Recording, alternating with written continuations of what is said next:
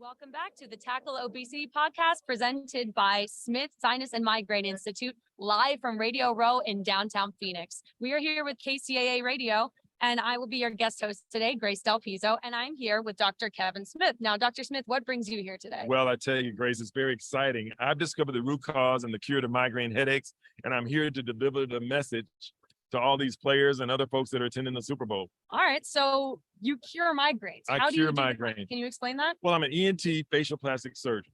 I've been practicing 30 years, and I noticed that people were getting well from these horrible headaches when I would do these certain procedures in their nose. And when I looked at my data really critically, the last 10, 15 or so years, it was evident to me that everybody who got a scan, a sinus CT scan, not a brain scan, but everybody who got a sinus scan has the abnormalities I know cause migraines. And when I do my 1 hour Smith Sinus Migraine technique, which is covered by insurance, my results are over 90% in having no more migraines or headaches. Wow. So how often have you done this procedure? Is this something you've been developing over the past couple of years? No, this is something that I've done thousands. I've cured thousands of people. And the good thing is it's people with all type of headaches. It's not a sinus migraine. It's all the different migraines that are out there I have cured. I've had families with migraines who I've cured. People who have hemiplegic migraines that resemble a stroke, I've cured. And just recently, we've really been looking at the neurological symptoms that accompany migraines. Some aura might include dizziness, ringing in the ears, facial paralysis, slurred speech, seizures, tremors, paralysis of the arms and legs. And when I do the procedure to fix the migraine, all of those symptoms go away as well in patients I've cured. It's pretty exciting.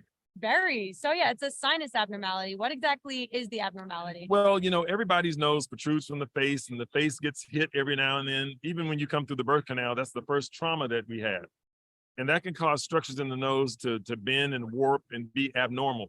Of course, when you grow older, you can be in car accidents, bicycle, sports, right, where you get hit on the nose. You don't necessarily have to break the nose, but an impact to the nose will cause the septum to bend and cause other things and lead to other problems.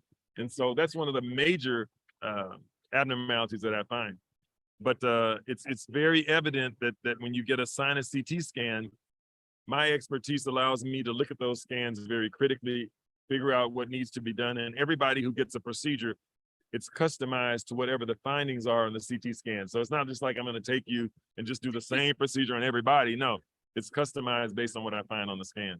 So migraines are connected to nose trauma? It is connected to nose trauma, yes. And think about it, the nose is intimately associated with the brain. I mean, the brain is sitting here, the nose is just right under it, and it's very highly sensitive. What I've been telling people lately since we've had the pandemic is that, a testing COVID swab hurts. Yes. And the reason it hurts, yeah. And the reason it hurts is there's some very sensitive structures in the nose.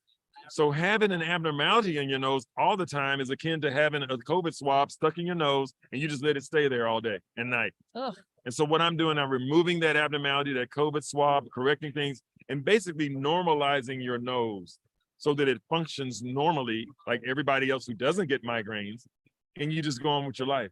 That's amazing. It's amazing. It's very life-changing, because I have patients who are depressed, they're disabled, they can't work. Right. Some of them have suicide ideations where they just really think that, I can't take this pain anymore, and they want to take their lives.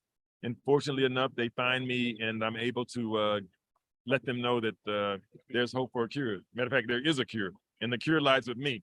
I've had people with several nasal sinus surgeries who have had persistent migraines who I'm able to cure. So I don't want people to think that, I've already had a septoplasty, I've already had sinus surgery, so it must not be mine are genetic, da-da-da. No, if you have migraines or chronic headaches, you are a candidate for my procedure, because the numbers just say that. Because everybody who sends me a scan from all over the country has the abnormality, and I cure 90+% of those folks. Wow. Have you done the procedure on any high-profile patients yet? I just had a baseball player I did about a month ago, 6 weeks ago, and he's just getting ready to go to spring training. So one of the divisions of my practice that I'm just starting up is going to be a nasal sinus sports medicine division. Wow. All right. Because when you think of athletes, like these athletes here that are playing in the Super Bowl and the former athletes, they have a higher incidence of migraine. they have a higher incidence of sleep apnea. And a lot of that's connected to the trauma that they've received to their nose, and they're not breathing optimally. And I think breathing is fundamental.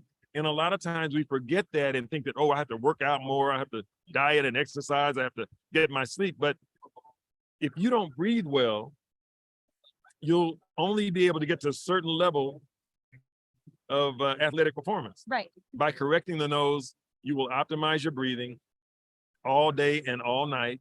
You'll be able to practice longer, recover faster, get oxygen to the brain and to the muscles. You'll get stronger.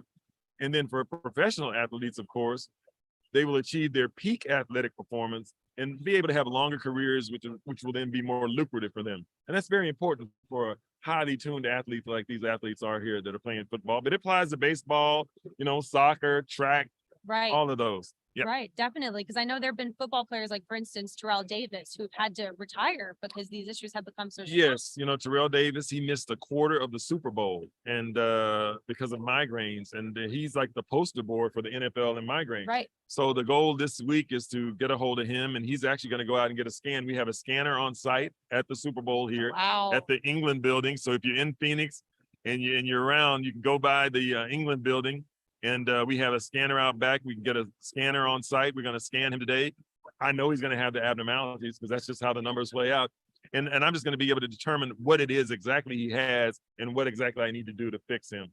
And again, once he has his procedure, he'll be off and running and be pain-free and breathing free and just feeling better, living his better quality of life. That's wonderful. It is wonderful. Where can our listeners find you if they're interested in this That's procedure? a very good question. Thanks for asking. Of course. Yes, my website has a lot of information. It's kevinsmithmd.com. My Facebook page has dozens and dozens of video testimonials, and that would be Smith Center. There's also a Vegas Smith Center, but you'll know when you see the medical stuff, right? But it has lots of videos, and the Instagram is at Smith Center, but our phone number is 713-795-0600. Again, that's kevinsmithmd.com, 713-795-0600. All right. That's amazing. Thank you so much for coming on the show today. We really appreciate it. Well, thank you very much, Grace. You did a great job. Thank I you. appreciate you interviewing me and helping me get the word out to those people who suffer that they don't have to suffer any longer. Of course. Thank you so much. Thank you. Have a great day. You too. That was Kevin Smith with the Kevin Smith Migraine, the Kevin Smith Sinus and Migraine Institute, our sponsor for today. We have so many more sponsors coming up, so many more people to interview, including we have some National Guard members coming up, and later on today, Dick Butkus. So stay tuned. But for now, we're going to be moving into some more Super Bowl coverage since we are on Super Bowl Radio Row. So the plan for today is to go through position by position and focus on the positions that maybe Kansas City has over Philadelphia and the positions that perhaps Philadelphia has the advantage over Kansas City. So first we'll start with quarterback. Now, this is a very highly contested matchup. As we know, Jalen Hurts was the MVP runner-up last night. Patrick Mahomes won the MVP. And Jalen Hurts, this is really an example of a position where, especially at the Super Bowl, the two best in the game currently are the ones playing. Jalen Hurts is second team All-Pro. Patrick Mahomes is first team All-Pro. Both of them made the Pro Bowl in their respective conferences. So this is an all-star matchup we have here today.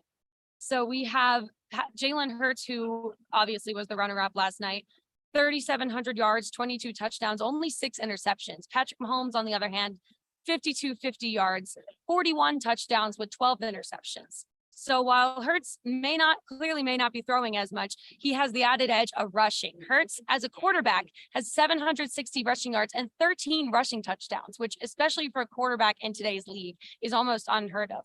Mahomes, on the other hand, he's a mobile guy. He extends the play very easily. He has 350 rushing yards and 4 rushing touchdowns. So while he also has the rushing aspect, it's nowhere near where Hurts' level of excellence is in that aspect. So either way, this game will shape up to be a great showcase of how the quarterback position is meant to be played, especially in today's league as well.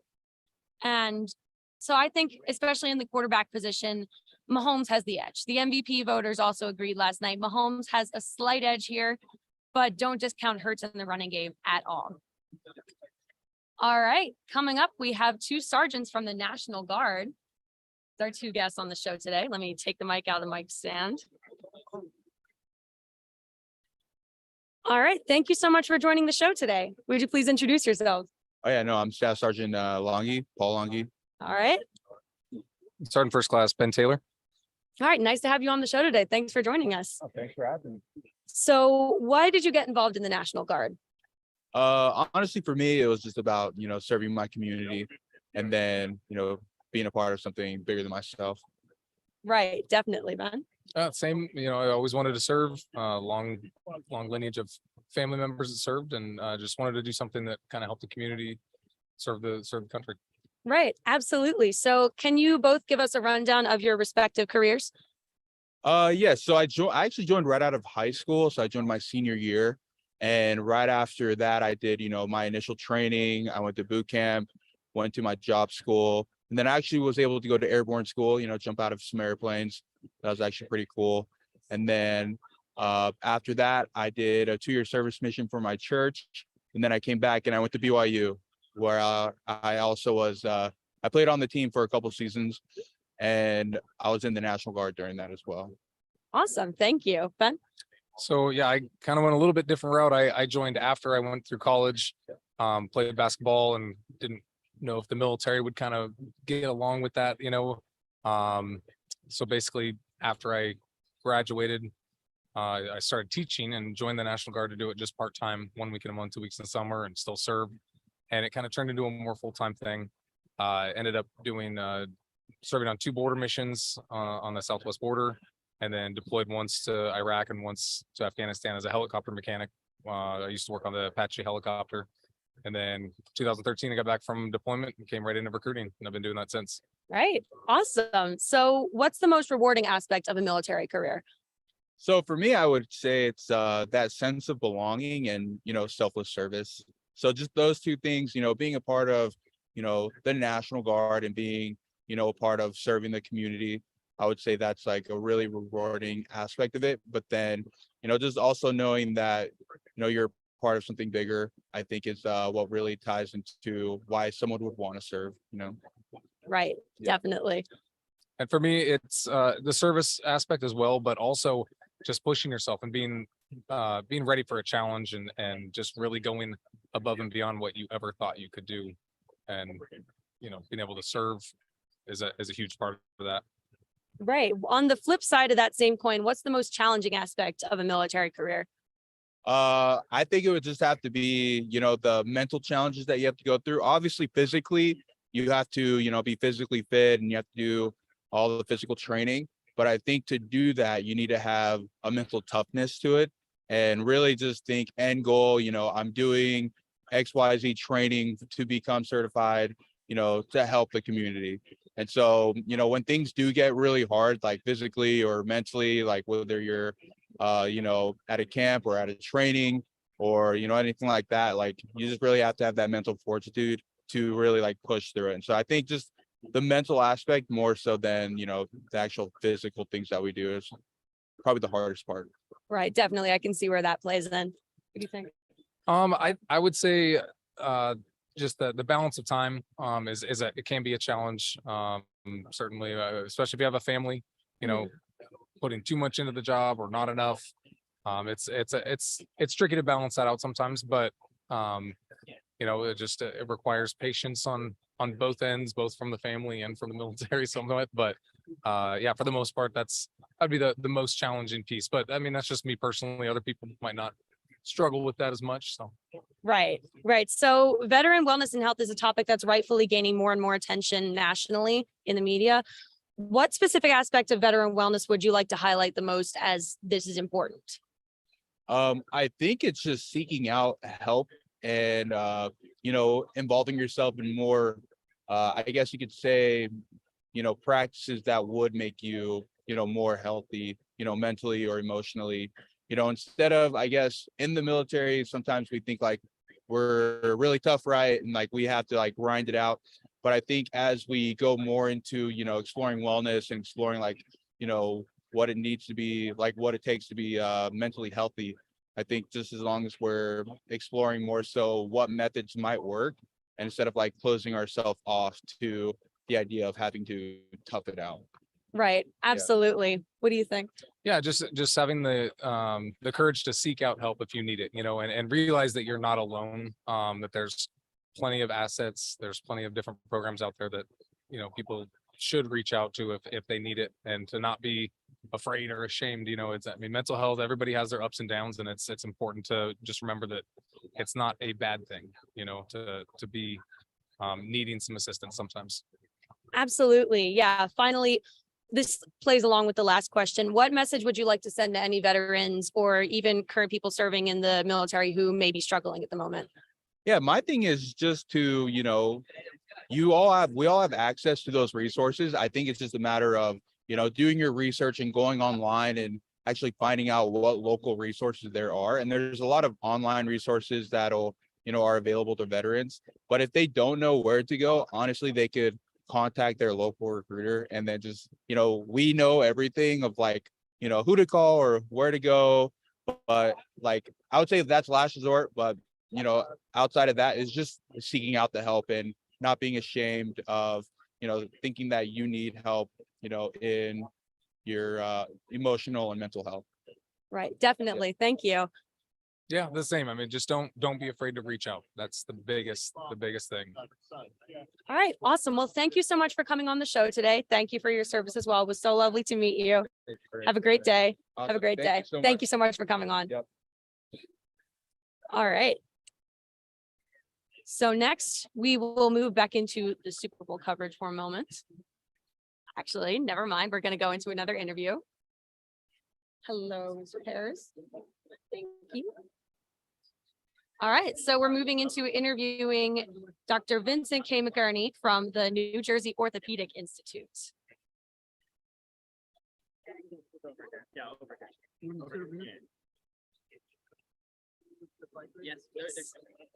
Hi, nice to meet you. Vincent McInerney. Nice to meet you. For yourself, Pizzo. We're doing cutting edge things in medicine, and Bart Oates is my patient. Bart is the president of the NFL alumni. Oh, wow. All right. So I'm my neighbor too. Should I button this, or do you want to button that? Do you want to button this here? This is radio. Whichever way you choose. It's radio. It's being live streamed to YouTube, but most people will be listening on the radio at the moment. So here, I'll take the mic out so we can get better audio. All right. So first of all, what brings you here today? What would you like to discuss?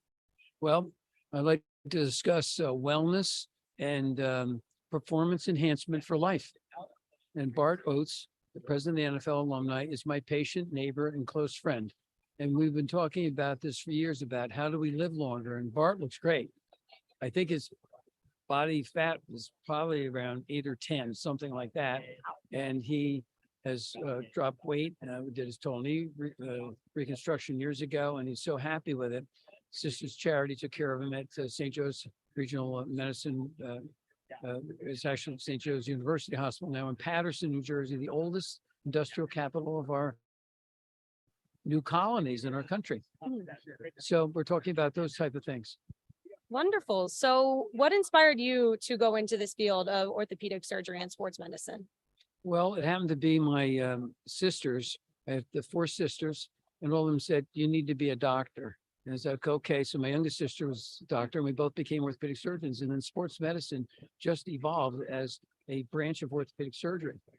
And arthroscopy just started when I was a resident and a fellow. I was the first full-time fellow at Mass General Hospital and Harvard Medical School back in the late 80s with Bert Zarins and Carter Rowe. Carter's deceased, but they were famous shoulder surgeons and knee surgeons, took care of the Boston Bruins hockey team, the New England Patriots football team, and tons of other people, because they did, when I was up there, the first shoulder and elbow arthroscopy in the world. It was incredible. And we dissected cadavers and found the right place to go. And so we really worked that through, and they were great teachers and great mentors. And then arthroscopy boomed.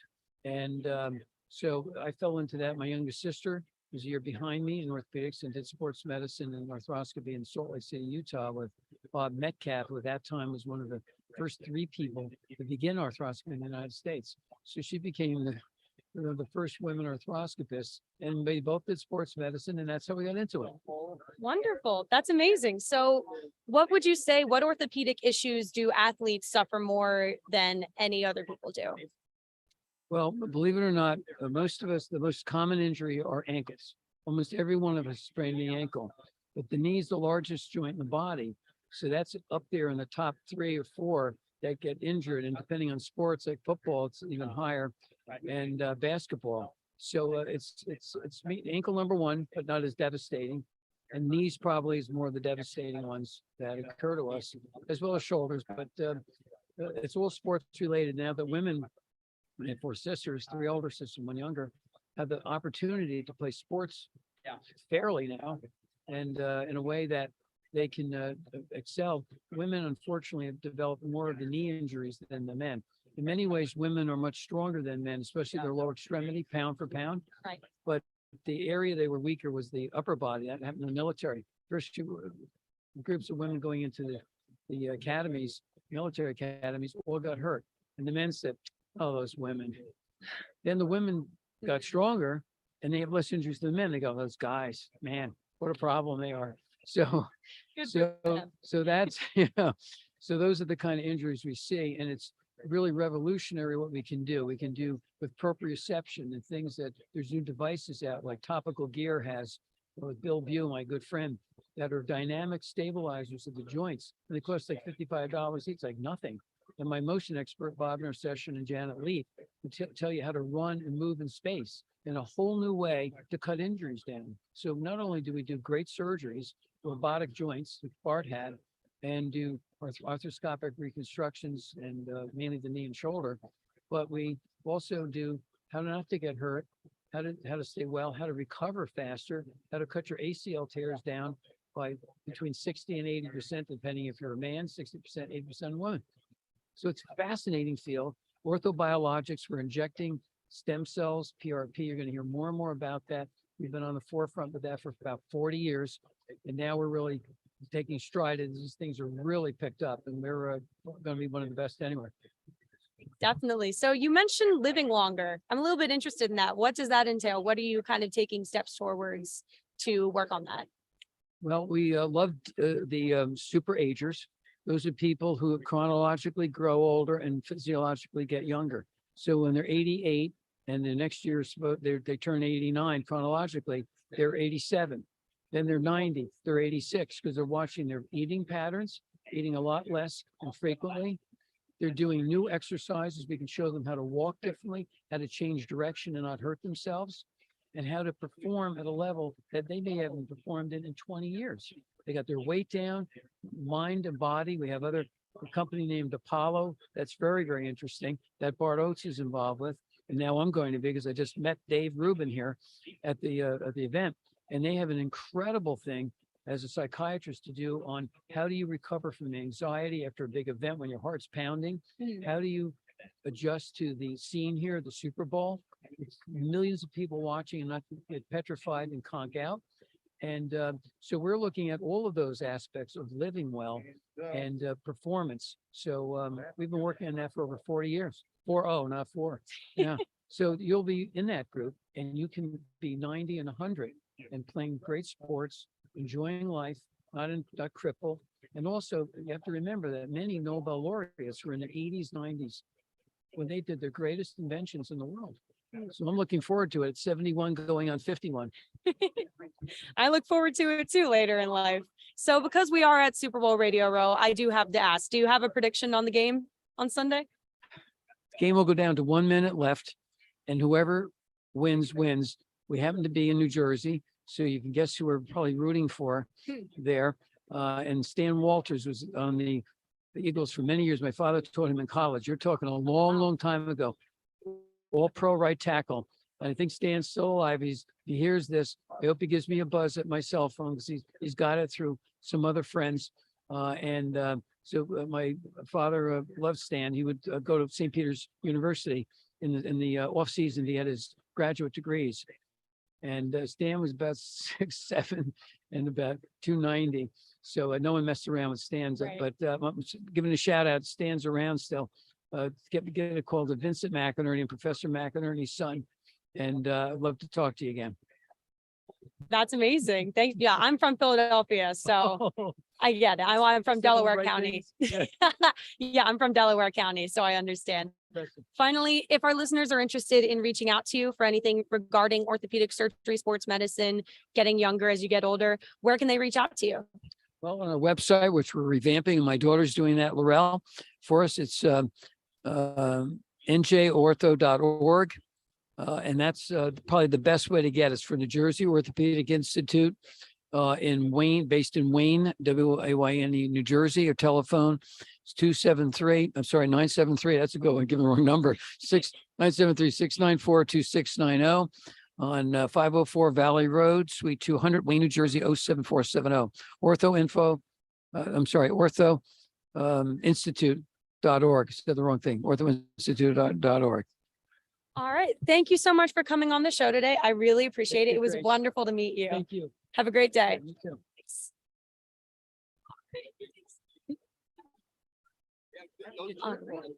Oh, I don't have one, but all right, perfect. Okay.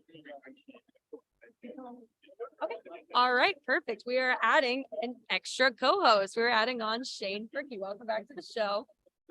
How are you guys all doing? I'm excited to be back on the show for the third time, and I'm not the only one that's going to be added here. We're also interviewing another doctor. This is Dr. Rabin. Dr. Rabin, thank you for coming on today. It's such a pleasure to be here. Thank you. So can you first, I guess we'll just cut right to it. We'll talk a little bit about the device that you're wearing right now on your shirt and what it does and just how you got the idea, and just explain it to everybody. Sure. So the device I'm wearing is called Apollo. Apollo is developed out of research at the University of Pittsburgh Medical Center, trying to figure out how to help people recover from stress more effectively. We started with veterans and people who were trying to come back, who were very, very elite physically and mentally, but who were struggling to reintegrate from society back into society and civilian life when they came back from war.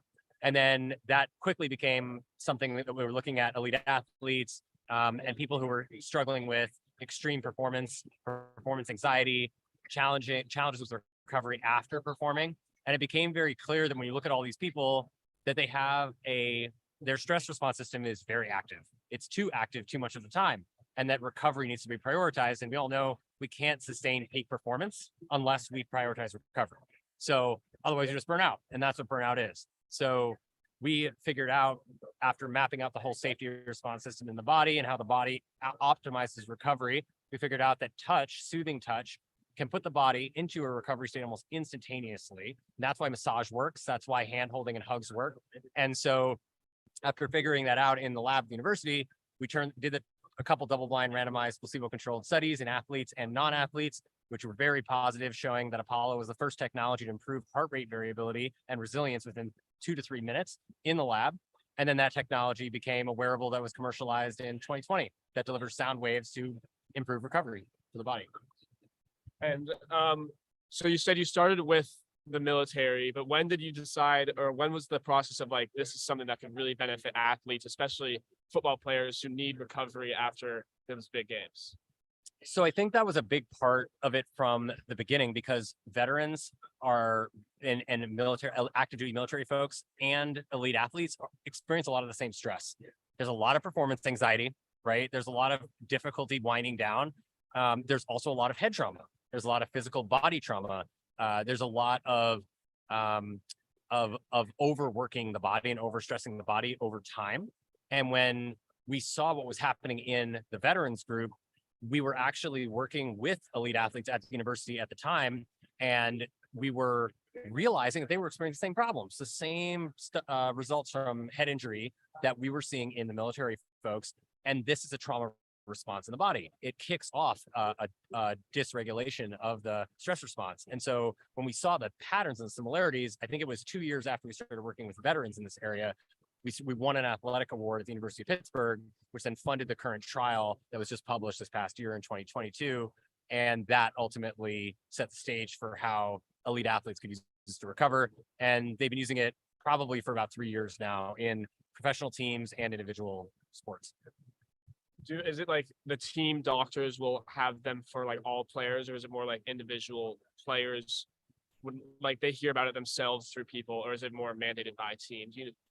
Right now, it depends on the sport, but right now it's mostly the individual athletes who are looking for anything that will help that's not a drug.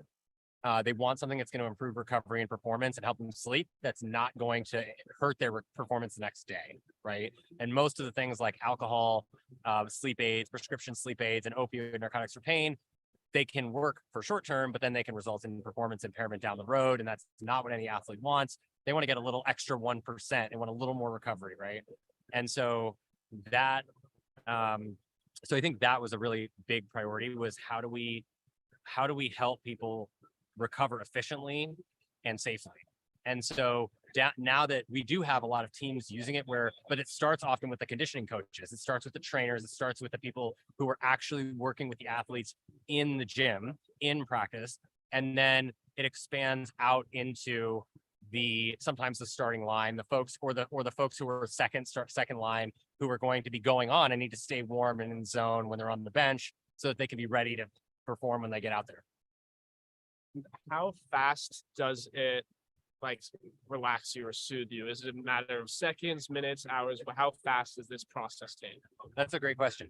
So in stressful situations where you in the middle of a game time situation, in stressful situations where you have to perform a mental test, or you're mentally stressed or emotionally stressed, what we've shown in the lab studies, 2 double-blind randomized placebo-controlled crossover studies, which are the most rigorous form of scientific trial for any wearable or drug, shows that Apollo use results in improved heart rate variability and recovery within 2 to 3 minutes. And that is enough to boost cognitive performance and physical performance significantly. Up to 25% more cognitive performance in terms of accuracy on a test within 3-minute time frame. So you think about that kind of improvement, that's like the improvement that's comparable to using an amphetamine or like Adderall to boost focus. You can do that within 3 minutes just by calming your body. And we can all do it for free with deep breathing, but we were never taught. So if we weren't taught, then there are now tools like Apollo that can help us learn that. And then as we use Apollo, it actually trains the body to get in that state more easily. So this is something that a player can, if a player, let's say, is on offense, when they come out to defense, is it something you hold? Is it something you just put on your jersey? And then within that time frame, they get back to that relaxed state that they potentially had before the game? Yeah, absolutely. And or a new relaxed state. It might not even be going back to, but it might be going to a state that's relaxed and focused and ready to go. Do you know what I mean? So it's like not allowing the body to calm down too much, but really allowing the body to stay in a state that's ready for performance, but still recover enough to actually perform at peak. And so many players will, and individual athletes will actually just wear it usually on their ankle, and they'll wear it during play. Or if in sports where they can't do that, they'll go onto the bench and then they'll have them on the bench and somebody will hand it to them. But above all else, of all the things we're talking about, one of the single biggest use cases for this technology with teams and individual athletes is after performance. So because the recovery time after you're done with a game, especially a late game where you have to travel, after you're done with a late practice and you have to game the next day, the body needs to optimize that time to sleep and restore itself. If you have the best practice of your life and you have a game first thing the next day, but you don't sleep well, all the gains in that practice are going to look like not gains in the game the next day because you're not fully recovered. So the goal is, how do we give the body what it needs to settle down and speed up recovery to get to sleep as quickly as possible, because nothing improves our performance like a good night's sleep. And from your just expertise, how important is mental health and mental health awareness in the sport of football? So extremely important. I mean, so my background is in psychiatry and neuroscience. I've been studying chronic stress and mental health for a very long time. I'm sorry. No. I think that was my fault. Been studying chronic stress and mental health for a very long time, and how that impacts performance and recovery. And ultimately the mental game, depending on the sport, the mental game could be anywhere from 80% to 30 or 40%, but it generally does not go below 30 or 40% in terms of contribution, which means that your mental game and where your mindset is when you walk on that field could be anywhere from 30 to 80% of the decision of your outcome that day. So if you're not in the zone emotionally or mentally, not just physically, if you're not mentally present and ready to go and recovered mentally, or you had a fight with your significant other that morning or whatever, right? Or your child, any of those things will knock you down. And if we haven't practiced the response of training ourselves, which is really a practice thing, right? Meditation, mindfulness, these recovery techniques, it's just practice makes perfect. We need to practice those things. We need to prioritize them. As we do it, we get better at bouncing back from those little things that set us off. And then we actually are able to get closer to our peak when we walk on the field. So in football, I would say, depending on your position, your mental game is probably 30 to 50%. If you're a QB, it might be higher, right? If you're a running back or a lineman, it might be a little bit lower, but you still have to have a good attitude when you get on that field. You know, if you're not in the zone with what you're doing, you're going to get crushed because the other guy on the other side is going to be, right? So it's a critical part of the game in all sports, but even in football. That's something that we've been talking about this whole week, how the Super Bowl itself is such a huge event and the players are getting interviewed every single night. There was the NFL honors last night. There was this opening night ceremony, and it's just we've kind of been talking amongst ourselves of how can players stay locked in. So from your expertise, what's like the best way for a player who's going through all this media? Every single person in their family is probably texting them about the game. What's the best way that they can kind of stay locked in so that they have the best performance for the Super Bowl? That's a great question. I think that the single best thing that any of us can do, which is taught through the Western mental health practices, but also taught from ancient Eastern and tribal techniques, is to breathe. We all have to learn to breathe because breath is our way to take a break. In any moment, it means we don't have to leave the room. We don't have to go to a resort. We can just stand there and sit there and take a deep breath or a few deep breaths for a minute or two. And that's enough to settle down the body and allow the body to enter a recovery state very quickly. That is the easiest, simplest form of meditation, which facilitates recovery. And it works really, really well. And we all are born with the ability to do it, and it's free. So if there's anything that we can do, it's really breath and breaks, right? We need breaks. We need to recover, breath, and just focusing our attention on our breath and saying, I'm going to pay attention to the feeling of the air coming in my nose, mouth, and lungs right now and nothing else. And then the feeling of it leaving, and do that a couple times, is the quickest and most sustainable way to train rapid recovery responses that keeps us sane and balanced and even, especially at times where we're being pulled in all different directions. At the same time, we also need to get our sleep. The sleep is absolutely critical. That's something we just all need to make sure we're getting. You shouldn't be staying up all night when demands on us are this high. And for those of us who are struggling with any of those things, try Apollo. The tools like Apollo can really help us access these states more easily. And to be perfectly honest, most of us, myself included, were not taught how to breathe growing up. We're not taught proper sleep hygiene growing up. We were surrounded by screens and surrounded by video games and distractions and all these other things. And so having tools that can help us get there is okay. And we should use them because they can really help us. No, I think that's pretty much it, except we are at Super Bowl Radio Row. So I got to ask, what do you think is going to happen at the game on Sunday? That's a really good question. It's going to be a good game. I think it's going to be a really good game. I hesitate to predict because I generally don't know. Right. I can't predict, but I know it's going to be a good game. These two teams are incredible teams. They've been working so hard to get here, and I'm excited to see them duke it out. All right. Thanks. And if anyone is interested in using Apollo products, like visiting the website, learning more, where should they go? So you can go to check out Apollo, apolloneuro.com. That's APOLLONEURO.com. Or even easier is wearablehugs.com. Oh, all right. I like that. I like that as well. All right. Thank you so much for coming on the show today. We really appreciate it. Thanks so much for having me. Nice to meet you. Nice to meet you too. Great day. Thank you.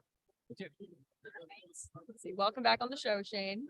Yes. Now you heard some wonderful things just about the sports science. And that was very interesting from the fact of just the preparation for the Super Bowl. Something that we talk about all the time is something that it's kind of like every single player going into it is kind of talks about how hard it is to prepare.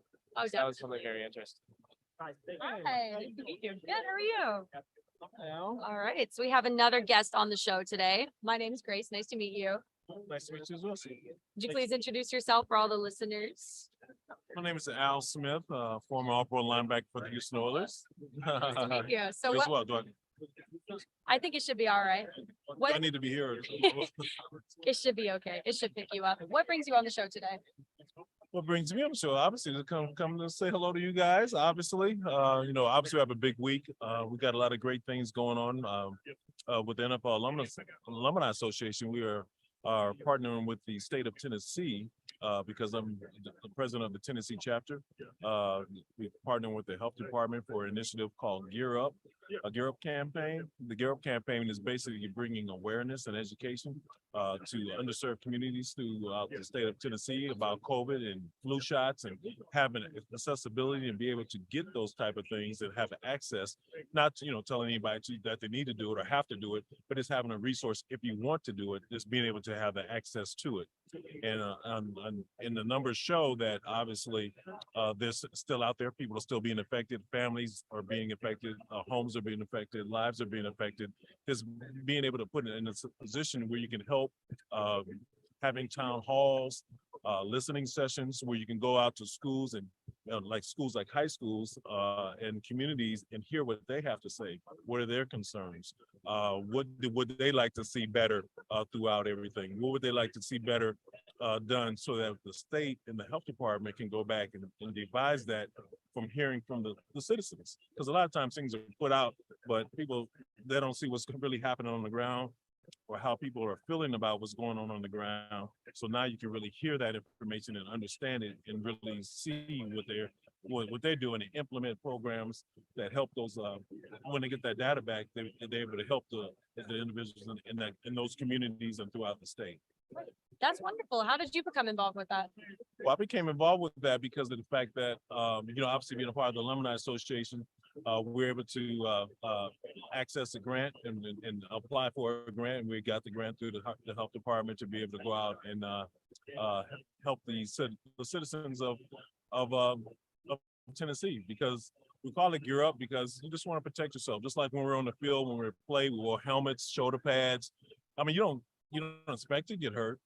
You don't want to get hurt, but if you do get hurt, you want to minimize the blow, right? You don't see guys out there with no helmets on. They don't expect to get hurt. They don't expect to have a head injury. They don't expect to hurt a knee or hurt a shoulder or anything like that. But they have protection just in case. And if they do get hurt, it lessens the blows. The same thing with being protected, whether it be virus or what have you. If you do get sick, well, the chances of dying or being real sick and all those things are diminished, as the numbers have shown. So you really want to give protection and give them every opportunity to be at the best that they can be. Right, definitely.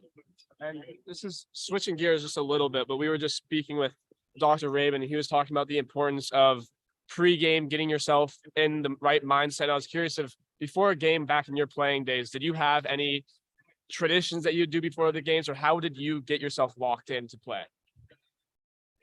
Well, one thing about me, about getting locked into play, it was just more of for me, it was more of a spiritual thing, being in a routine, really being outside of myself, because to play a game of football or a physical sport like that, you have to be outside of yourself. It's not normal. It's not normal to go hit somebody or go run into a wall, basically hitting these 300-pound big linemen and tackling these big running backs. And I mean, that's not a normal activity. Right. So you really have to transform yourself. That's why you see a lot of times guys change into somebody else. I'm not that guy that played then or what have you, but at the same time, you had to transform yourself into something other than yourself, if you can kind of understand what I mean. And that helped me a lot. Right, definitely. Yeah, I can imagine. I mean, we see players all the time who they're off the field. They're like big, giant, like teddy bear, all smiles. And then they get on the field, they transform into someone else. Would you say that's kind of what happened to you? Yes, I think that is pretty much the norm. And that's what has happened to me. But on the flip side of that, the sad thing is that sometimes guys can't, it's hard for them to turn it off. And then that carries off into their personal lives or getting into fights or getting into situations at home or whatever that they aren't able to turn their dial off. And that's where the disconnect can be sometimes. And that's not the norm, so to speak. But at the same time, it does happen.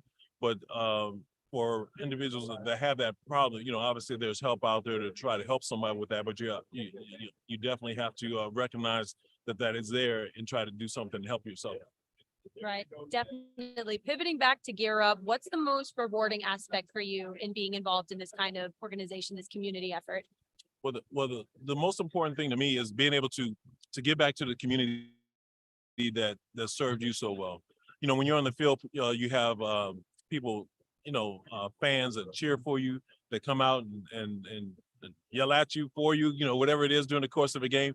But this is an opportunity to kind of give back to the community, to be able to keep them safe, keep them family safe, keep others safe, and be able to put themselves in a situation where they can, have a healthy life and be in a good situation. So anytime you can provide that to a community, and a community throughout the states, it could be rural areas, in the city, or whatever the case may be, but you're still able to really help the different individuals in that community. And that's my biggest reward, is being able to give back to the community that has served and cheered for me over the years. Right, absolutely. And now, since we are at Radio Row at the Super Bowl, we see a lot of red and green all over the place. I'm not going to ask you who you think is going to win the game, but who is the player that you're most excited to watch in this game on Sunday, or you think is going to have like the X factor of this game? Well, I think obviously the X factor is, in my opinion, obviously the quarterbacks are going to be huge. There's a great significance, obviously, in this game with the quarterback situation. Obviously, you have two young quarterbacks, two young African-American quarterbacks, two quarterbacks, one in their prime, one, is trending that way into his prime. And to be able to see them be able to perform on a stage, not only do you have guys that are great talents, they're great people. You don't see them in the news with crazy stuff happening. Great role models for all kids, and really a testament of what you can be. I mean, you can be a great player, a great athlete, and still be a great role model and do great things as well. So I think the X factor is whichever those two quarterbacks perform the best is going to come out on top, whether it be the injury to the ankle with Mahomes or to the shoulder of Hurts. Whoever can overcome that and kind of put that to the side or subside it for that one game, I think will come out on top. Awesome. Thank you. If any of our listeners want to get involved in the Gear Up initiative, where should they find you? We're on www.nflagearup.org. And we have other ambassadors as well that have affiliations with the state of Tennessee. Warren Moon is one of our ambassadors. We have Javon Curse as one of our ambassadors, Brad Hopkins, Neil O'Donnell, Chris Johnson, great running back for the Tennessee Titans. Blaine Bishop is one of our ambassadors as well. And I think I said Delaney Walker, and obviously myself. So we have a lot of great guys that have affiliation or have played with the organization or have affiliation with the state of Tennessee to be able to help spread the word with the campaign.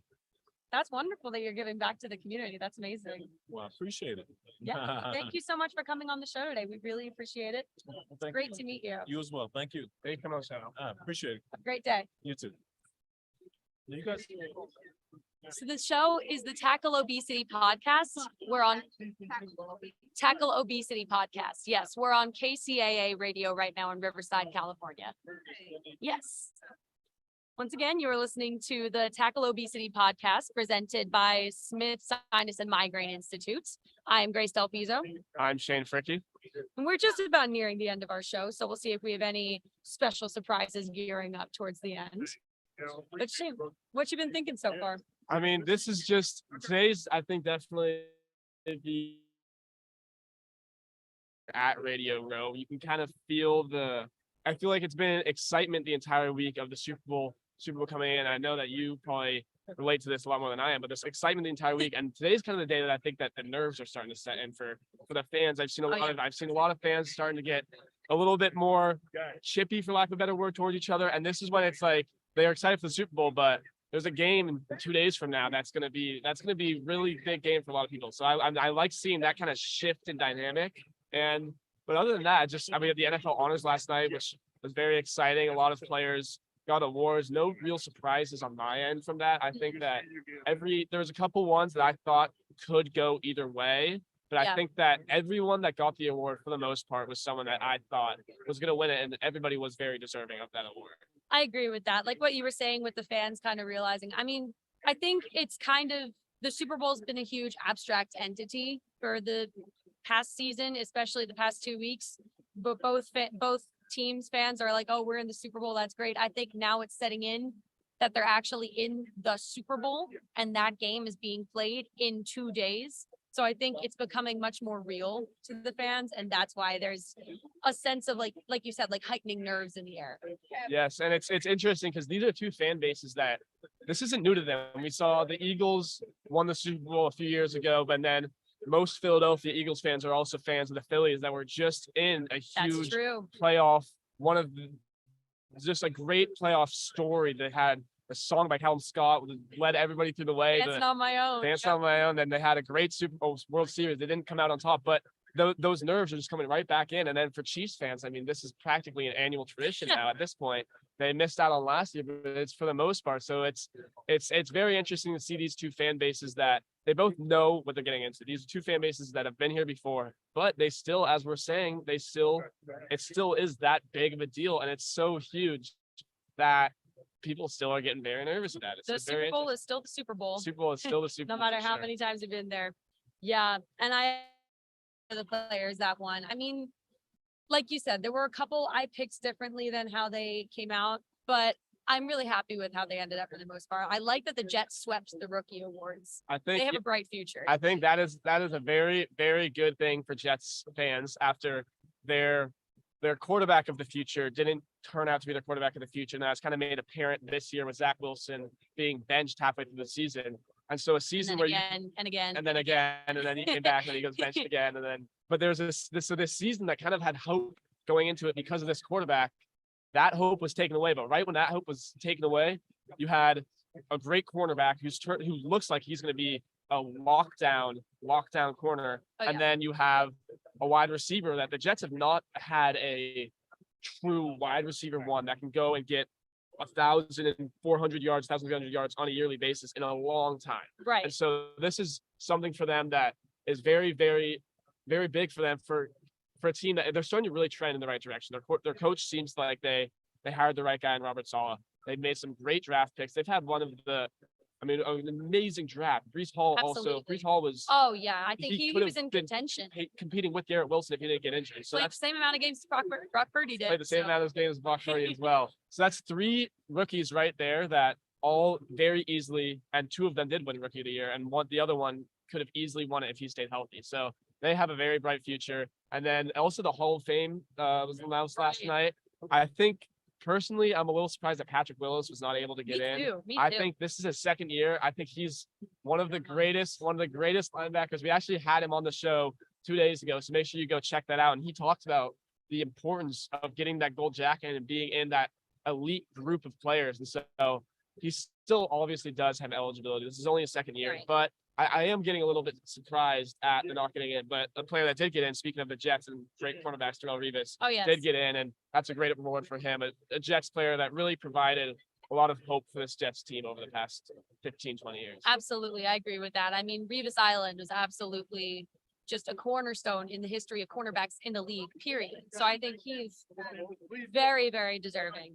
And also, I was surprised that Devin Hester didn't make it in, but he has also much more eligibility. But I was very surprised at that. Devin Hester is an amazing football player, and for him, his legacy, he will be like one of the first names searched up on YouTube by any middle school. Like, Oh yeah. Obviously the Hall of Fame is a big deal for him, but he's in the Hall of Fame of YouTube NFL videos for life. There's not many Absolutely. people in that list, but Devin Hester for sure. I mean, when he returned that kickoff in the Super Bowl is one of the greatest Super Bowl plays of all time, will be played forever. And so it is a shame that he won't be in. And I think that him and Willis will get in. This was a stacked year. There's some Oh yeah. great names. There's no name that got in there that was like kind of shocking. It's Undeserving. more just like, it's kind of just the math. It's like there's so many people that deserve to get in, and sometimes it just goes one way. The next year it might go the other way. But Absolutely. I think Devin Hester, Patrick Willis, they will definitely be wearing a gold jacket in the near future. Definitely. And speaking of the Bears, we'll close out our show by saying this.